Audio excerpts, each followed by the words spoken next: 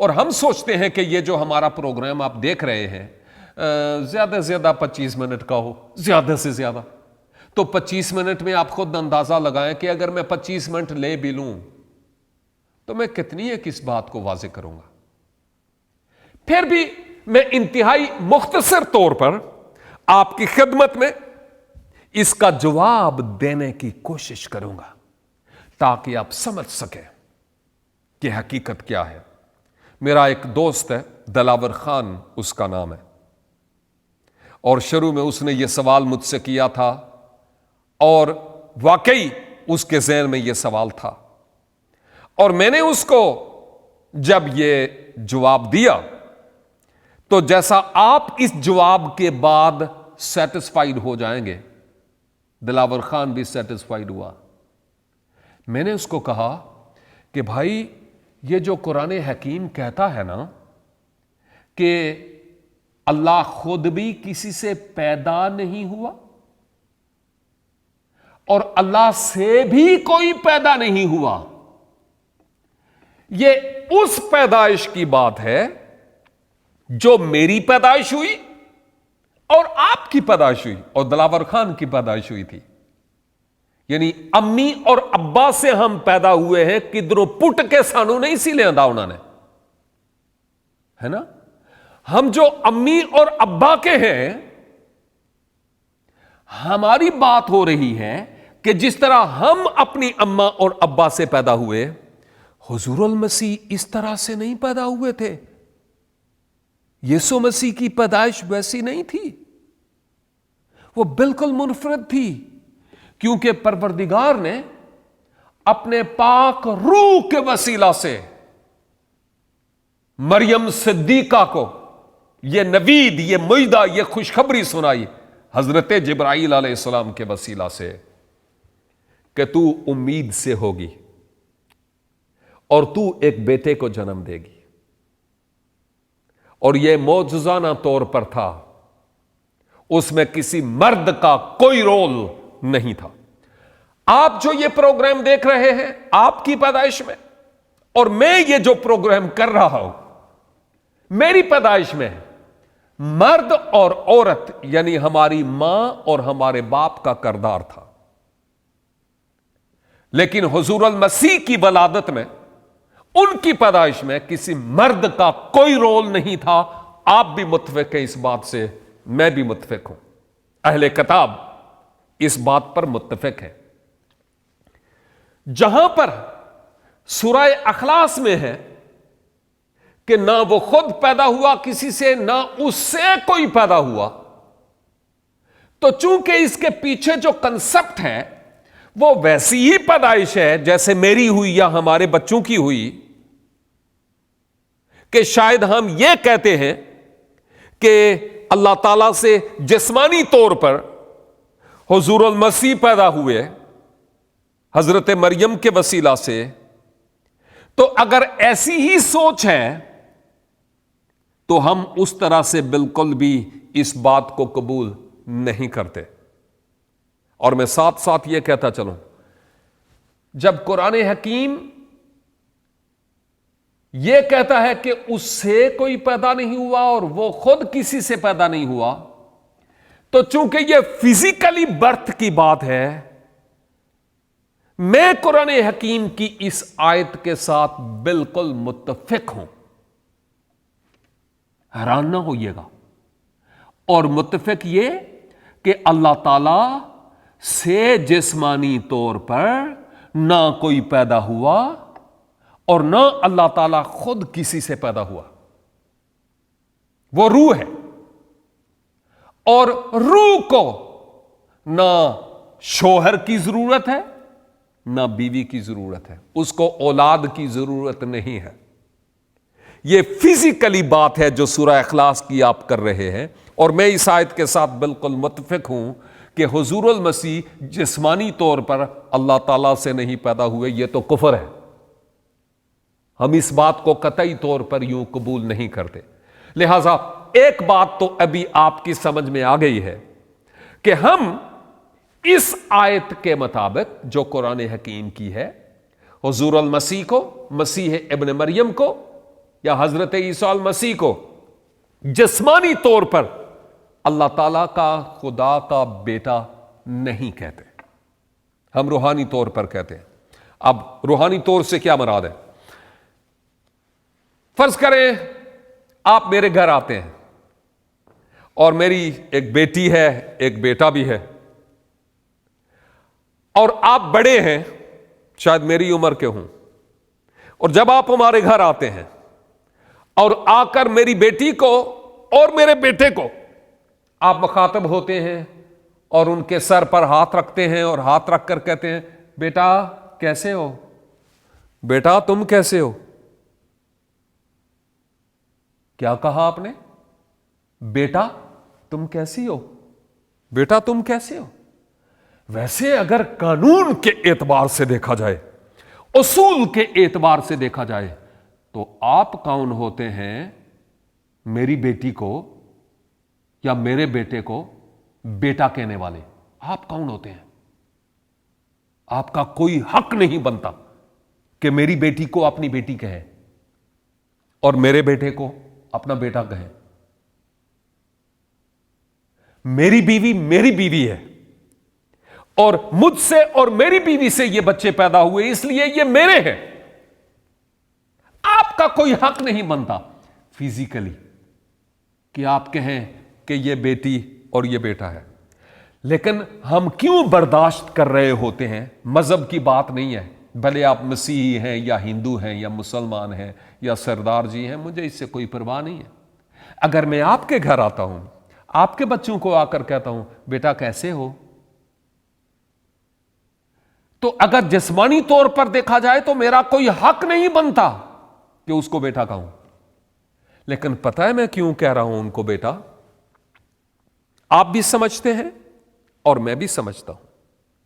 آپ میرے بچوں کو بیٹی اور بیٹا کہتے ہیں کیونکہ ان کو آپ ویسا ہی پیار دے رہے ہیں، دکھا رہے ہیں جیسا آپ اپنے بچوں سے کرتے ہیں۔ یا دوسرے لفظوں میں آپ یہ کہہ رہے ہیں جیسے میرے بچے ویسے ہی یہ بچے ہیں، میری بیٹی کی طرح ہی ہے، میرے بیٹے کی طرح ہی ہے۔ That's all۔ یہ آپ پیار اور محبت سے کہہ رہے ہیں، جسمانی طور پر نہیں کہہ رہے ہیں، روحانی طور پر کہہ رہے ہیں، ایک رشتہ میں اور ایک محبت میں۔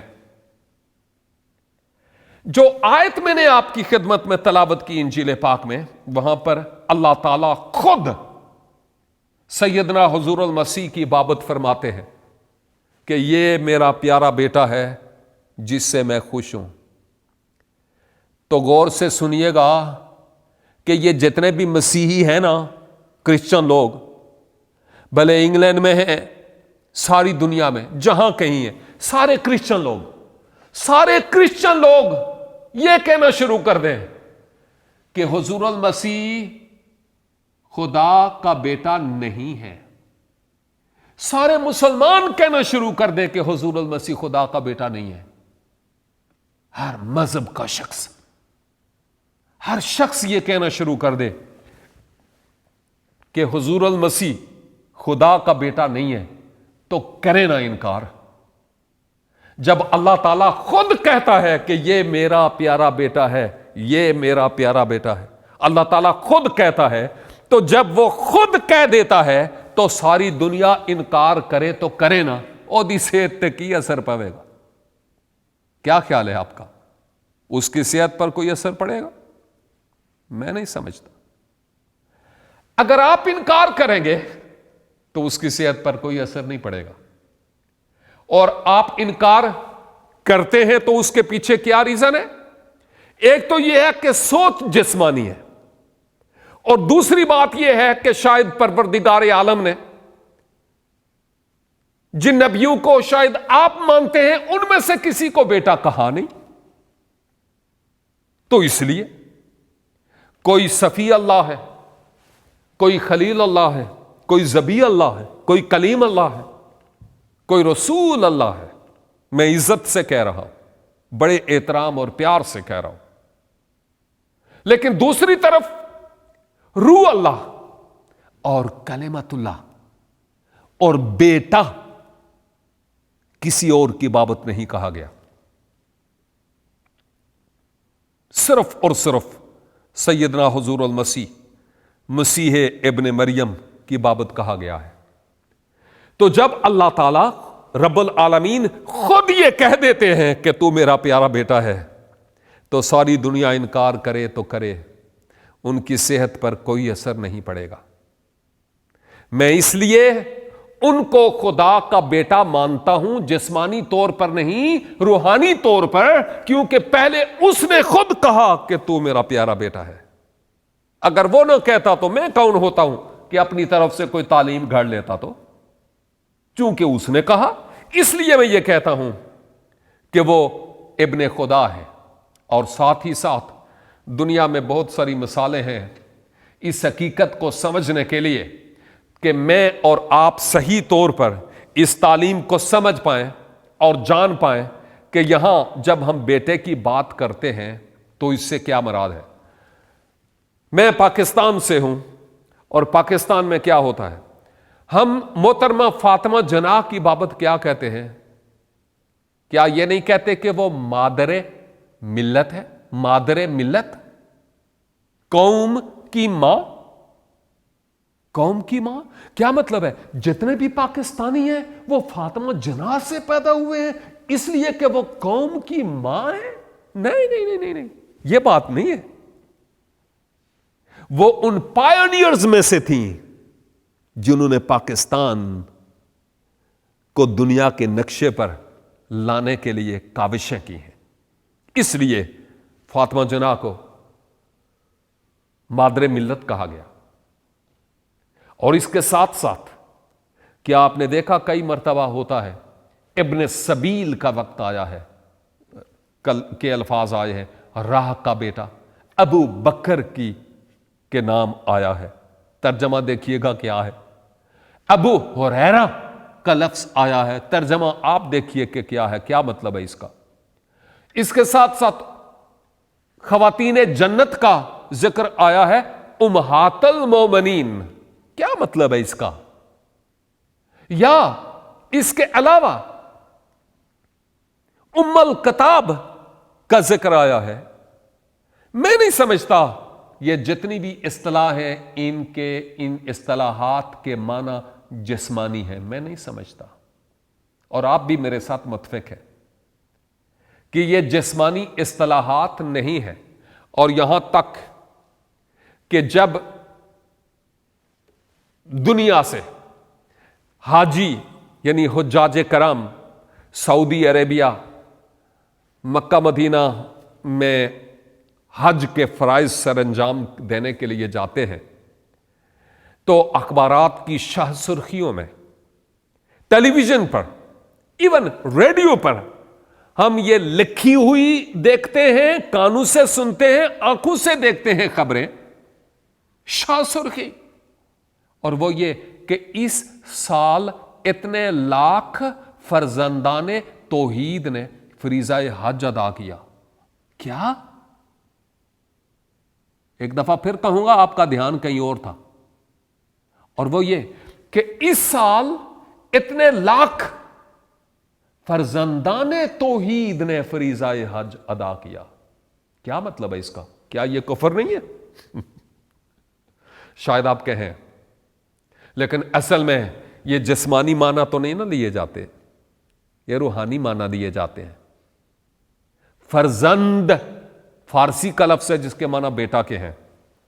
توحید وہی جو کلمہ توحید ہے، توحید وحدانیت کی طرف اشارہ ہے کہ وہ جو واحد ہے اس کے بیٹے جسمانی طور پر نہیں، وہ اپنا وقت ایثار کرتے ہیں، اپنا پیسہ دیتے ہیں، خاندان رشتہ دار چھوڑتے ہیں، دیش چھوڑتے ہیں، اور فریضہ حج کے لیے سعودی عربیہ جاتے ہیں۔ ان کے لیے یہ روحانی طور پر اصطلاح استعمال ہوتی ہے کہ وہ حجاج کرام فرزندان توحید ہیں۔ اس سے مراد جسمانی طور پر نہیں، اس سے مراد روحانی طور پر ہے۔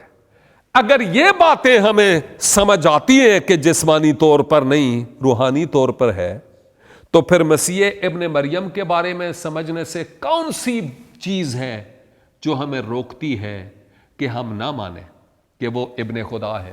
کون سی ایسی چیز ہے؟